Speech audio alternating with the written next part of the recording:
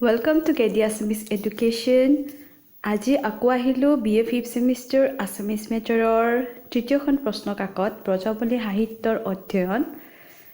এই পেপাৰখনৰ এটা প্ৰশ্ন মই 10 নম্বৰৰ দীঘলীয়া হিচাপে আগবঢ়াইছোঁ আৰু এইটো আপোনালোকে হোম এছাইনমেণ্ট হিচাপেও লিখিব পাৰিব। ব্ৰজাৱলী ভাষাৰ উৎপত্তি আৰু বিকাশ সম্বন্ধে এটি আলোচনা। ব্ৰজাৱলীটো কিছুমান কিতাপত ব্ৰজাৱলী হিচাপেও থাকিব পাৰে, সেইবাবে মই দুয়োটা উল্লেখ কৰি দিছোঁ। এই দুয়োটা এটা ভাষাই হয়। গতিকে আহকচোন আজি আমি এই দীঘলীয়া প্ৰশ্নটোতো কেনেদৰে আৰম্ভণি কৰিছোঁ চাওঁ।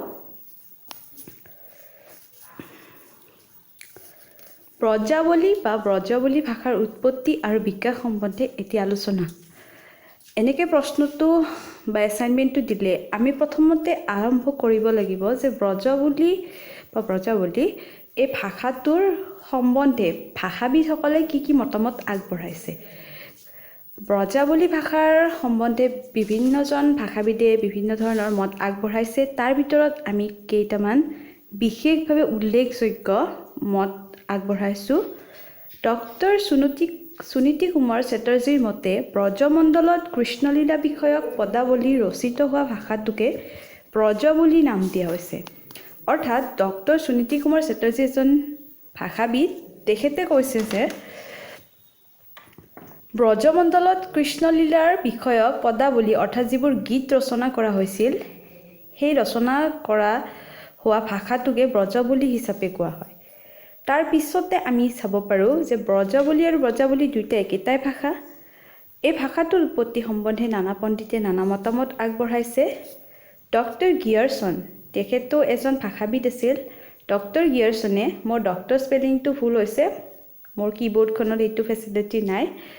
ডক্টৰ গিয়াৰছনে আগবঢ়োৱা মতামত অনুসৰি ব্ৰজাৱলী এক প্ৰকাৰৰ বৰ্ণসংকৰৰ ভাষা, যাক বংগদেশৰ কবিসকলে বিদ্যাপতিৰ অনুকৰণ কৰিবলৈ গৈ নজনাকৈয়ে সৃষ্টি কৰিছিল বুলি কয়।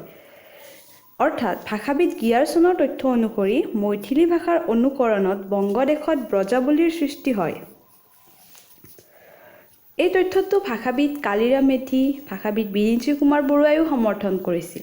কিন্তু 20 বছৰ পিছত ডক্টৰ সেনে ব্ৰজাৱলী ভাষাৰ উৎপত্তি অৱহট্ট ভাষাৰ পৰা হোৱা বুলি যুক্তি দাঙি ধৰে। তেখেতে আগবঢ়োৱা মন্তব্যটি আগবঢ়াই দিছোঁ। আমি সদায় মন্তব্য আগবঢ়ালে ঊৰ্ধ্বকমৰ ভিতৰত আৰম্ভ কৰিব লাগে। প্ৰায় 20 বছৰমান আগেয়ে যেতিয়া মই ব্ৰজাৱলী সাহিত্যৰ ইতিহাস অধ্যয়ন কৰিছিলোঁ, তেতিয়া ব্ৰজাৱলীৰ উৎপত্তি সম্বন্ধে গিয়াৰছনৰ মতকে সমৰ্থন কৰিছিলোঁ। সেই মত অনুসৰি বিদ্যাপতিৰ মৈথিলী পদাৱলীৰ অনুকৰণত পদ লিখিবলৈ গৈ বঙালী পদকৰ্তাসকলে জ্ঞাতভাৱে ব্ৰজাৱলী ভাষাৰ সৃষ্টি কৰিছিল। অৰ্থাৎ মৈথিলী ভাষা ব্ৰজাৱলীৰ জননী আৰু বঙলা ভাষা ইয়াৰ ধাত্ৰী। কিন্তু নানান কাৰণত এই মত এতিয়া সমৰ্থন কৰিব নোৱাৰোঁ। যে আমি এইটো মন্তব্য পঢ়িলোঁ ডক্টৰ সেনৰ। ডক্টৰ সেনে ক'লে যে ব্ৰজাৱলী ভাষা মৈথিলী ভাষাৰ অনুকৰণত সৃষ্টি হোৱা নাই। এতিয়া আমি ইয়াৰ কাৰণস্বৰূপে মৈথিলীৰ লগত পদাৱলীৰ অনুকৰণত পদ ৰচনা কৰাৰ অযৌক্তিকতাৰ বিষয়ে আঙুলিয়ায়। তাৰপিছতে আমি পাম যে আন এজন ভাষাবিদ ডক্টৰ দীনেশ চন্দ্ৰ সেনে ব্ৰজাৱলীক মিথিলাৰ ক্ষত্ৰিয় বংশৰ ভাষা বৃজ্জিৰ লগত মিল আছে বুলি কৈছে। কিন্তু ইয়াৰ সমান্তৰালভাৱে ডক্টৰ কণিকা টোমৰে কৈছে যে বুদ্ধদেৱৰ সময়ৰ পালি সাহিত্যত বিহাৰ প্ৰদেশক পাৰাক্ৰান্ত কৰা বাত্য, ক্ষত্ৰিয় আৰু বৃজ্জি নিবাসস্থান মিথিলা বুলি মানি ল'লেও সেই জাতিৰ ভাষা আৰু বিদ্যাপতিৰ ভাষাৰ মাজত অতি কমেও 2000 বছৰৰ ব্যৱধান পৰিলক্ষিত হয়। গতিকে দীনেশ চন্দ্ৰ সেনৰ যুক্তিৰ খণ্ডন হ'ল। যে আমি দীনেশ চন্দ্ৰ সেনে কোৱা যে ব্ৰজাৱলীক মিথিলাৰ ক্ষত্ৰিয় বংশৰ ভাষা বুলি কৈছিল, সেইটোও যুক্তি আমি এনেকৈ খণ্ডন কৰিব পাৰোঁ। তাৰপিছত আমি ব্ৰজাৱলীৰ উৎপত্তি সম্বন্ধে ডক্টৰ সেনৰ মত গ্ৰহণযোগ্য। ডক্টৰ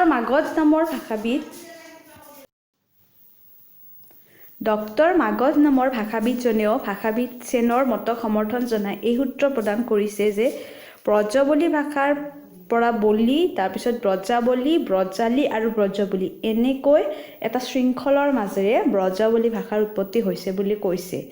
গতিকে আলোচনাৰ অন্তত আমি ক'ব পাৰোঁ যে ব্ৰজাৱলী এটা কৃত্ৰিম সাহিত্যিক ভাষা যাক ভগৱান কৃষ্ণৰ লীলা মাহাত্ম্য প্ৰকাশ কৰিবলৈ সৃষ্টি কৰা হৈছিল আৰু এই ব্ৰজাৱলী ভাষাটো কোনো এটা স্পেচিফিক অৰ্থাৎ কোনো বিশেষ ঠাইৰ ভাষা নহয় এইটো এটা কৃত্ৰিম সাহিত্যিক ভাষাহে হয় গতিকে এনেকৈ আমি আমাৰ হোম এছাইনমেণ্টটো অথবা লং কুৱেশ্যনটো লিখি শেষ কৰিব পাৰোঁ যদি ভিডিঅ'টো চাই আপোনালোক উপকৃত হৈছে তেতিয়াহ'লে আপোনালোকৰ বন্ধু বান্ধৱীৰ সৈতে শ্বেয়াৰ কৰিব আৰু প্লিজ মোৰ চেনেলটো ছাবস্ক্ৰাইব কৰি থ'ব পৰৱৰ্তী ভিডিঅ'ৰ বাবে ধন্যবাদ